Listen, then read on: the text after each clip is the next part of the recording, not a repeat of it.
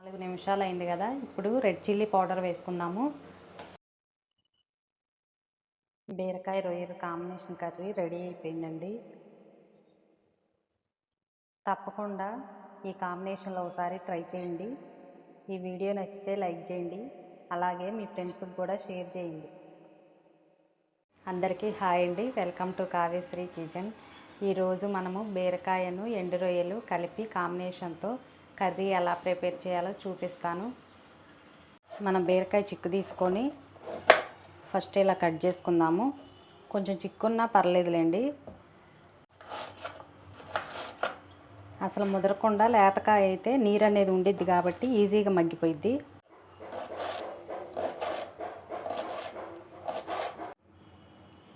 బీరకాయ ఇప్పుడు ఇలా సన్నగా తరుక్కున్నాం కదా. ఇప్పుడు రొయ్యల ప్రాసెస్ చూసుకుందాము. రొయ్యలు ఇలా క్లీన్ చేసి పెట్టేసుకోవాలండి. రొయ్యలు ఇలా హాట్ వాటర్లో వేసుకొని 2-3 నిమిషాలు ఉంచేసి తీసేస్తే రొయ్యలు అనేది స్మెల్ రాకుండా ఉంటుందండి. ఇప్పుడు హాట్ వాటర్లో వేసి 2-3 నిమిషాలు ఉంచేద్దాం. ఇలా హాట్ వాటర్లో వేసి జస్ట్ ఇలా 2-3 నిమిషాలు ఉంచేసి తీసేస్తే మనకి కొంచెం స్మెల్ అనేది రాకుండా ఉంటుంది. ఇలా హాట్ వాటర్లో 2-3 నిమిషాలు ఉంచేసి ఇలా వడకట్టుకుందాము. వాటర్ లేకుండా ఇలా స్టెయినర్లో వేసి పక్కన పెట్టుకుందాము. మనకి బీరకాయ త్వరగానే మగ్గుతుంది కాబట్టి ఆయిల్ ఎక్కువ పట్టదండి. ఇలా 2-3 స్పూన్లు సరిపోతుంది. 1 స్పూన్ వరకు జీలకర్ర వేసుకున్నాము. అలాగే కొంచెం కరివేపాకు, పెట్టుకున్న ఆనియన్స్ వేసుకుందాం. ఆనియన్ మనకు బాగా ఫ్రై అవ్వాల్సిన అవసరం లేదు, కొంచెం మగ్గితే తర్వాత మనం కట్ చేసి పెట్టుకున్న బీరకాయ వేసుకుందాము. ఆనియన్ కొంచెం మెత్తబడింది కదా, ఇప్పుడు కట్ చేసి పెట్టుకున్న బీరకాయలు వేసేసుకోవాలి. ఇలా ఒకసారి కలిపేసుకొని మూత పెట్టేసుకుందామండి.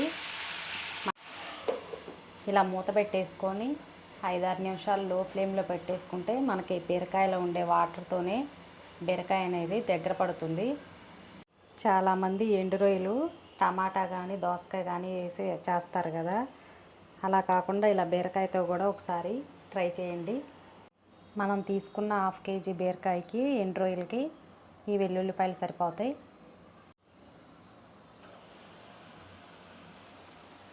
మనకు బీరకాయలో చూసారా వాటర్ చాలా వచ్చేసింది. ఇప్పుడు కరెక్ట్గా తాలింపు వేసి 3-4 నిమిషాలు అవుతుందండి. ఈ నీరంతా పోయేంత వరకు బీరకాయ ఇలా ఫ్రై చేయాలి. ఇలా 2-3 సార్లు మధ్యలో కలుపుతూ ఉండండి.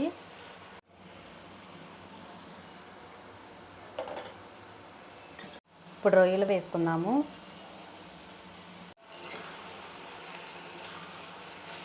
మనకి ఇటువంటి కర్రీస్ నాన్ స్టిక్ ప్యాన్లో కన్నా ఇలా మందపాటి కళాయిలో చేసుకుంటే బాగుండిద్దండి. ఇలా ఒకసారి కలిపేసుకొని ఇప్పుడు సాల్ట్, పసుపు వేసుకుంటే రొయ్యలకి ఉప్పు అనేది చక్కగా పడుతుంది. 1/2 టీ స్పూన్ వరకు వేస్తున్నాను. అలాగే కొంచెం పసుపు.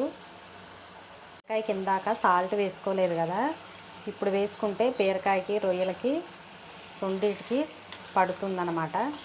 సాల్ట్ వేసాం కదా, మరి కొంచెం వాటర్ వచ్చింది బీరకాయలో నుంచి. మళ్ళీ ఈ వాటర్తోనే ఇవన్నీ మగ్గిపోతాయి అన్నమాట. ఇప్పుడు మూత పెట్టుకుందాము. ఇప్పుడు మూత పెట్టుకొని 3-4 నిమిషాలు బీరకాయలో ఉండే వాటర్తో మగ్గనివ్వాలి. మనకి 2 పచ్చిమిర్చి ఇలా సన్నగా కట్ చేసుకొని వేసుకోవాలండి. మధ్యలో పచ్చిమిర్చి కూడా మగ్గిపోయి బీరకాయలో కలిసిపోతుంది. అస్సలు మంట అనిపించదండి, పిల్లలు కూడా ఈజీగా తినేస్తారు. ఇప్పుడు ఇలా కలిపేసాం కదా, మరో 2 నిమిషాల వరకు ఇలా మగ్గనివ్వాలి. 4 నిమిషాలు అయింది కదా. ఇప్పుడు రెడ్ చిల్లీ పౌడర్ వేసుకుందాము. పచ్చిమిర్చి వేసాం కదా, మీరు తినే కారాన్ని బట్టి రెడ్ చిల్లీ పౌడర్ వేసుకోండి. నేనైతే 1 స్పూన్ వేసాను. అలాగే వెల్లుల్లిపాయలు చూపించా కదా, ఇవి సన్నగా ఇలా కట్ చేసి వేసుకోవాలి.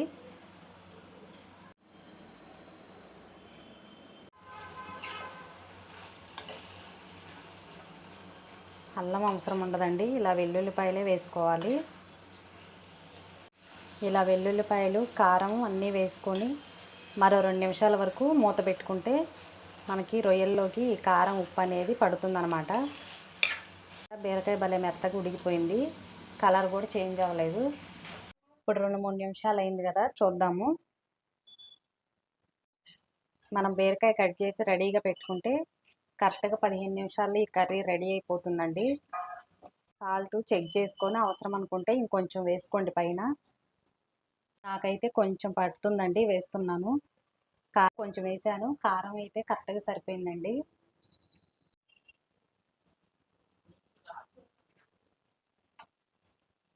ఫైనల్గా మరింత టేస్ట్ కోసం కొత్తిమీర వేసుకుందామండి. అంతే, కర్రీ రెడీ అయిపోయినట్టే.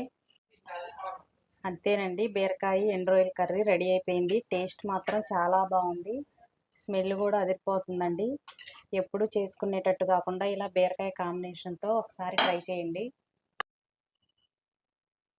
బీరకాయ రొయ్యల కాంబినేషన్ కర్రీ రెడీ అయిపోయిందండి. తప్పకుండా ఈ కాంబినేషన్లో ఒకసారి ట్రై చేయండి. ఈ వీడియో నచ్చితే లైక్ చేయండి, అలాగే మీ ఫ్రెండ్స్కి కూడా షేర్ చేయండి. ఎంతో టేస్టీగా ఉండే బీరకాయ రొయ్యల కాంబినేషన్ కర్రీ రెడీ అయిపోయిందండి. తప్పకుండా మీరు ట్రై చేసి ఈ వీడియోకి ఒక లైక్ చేయండి.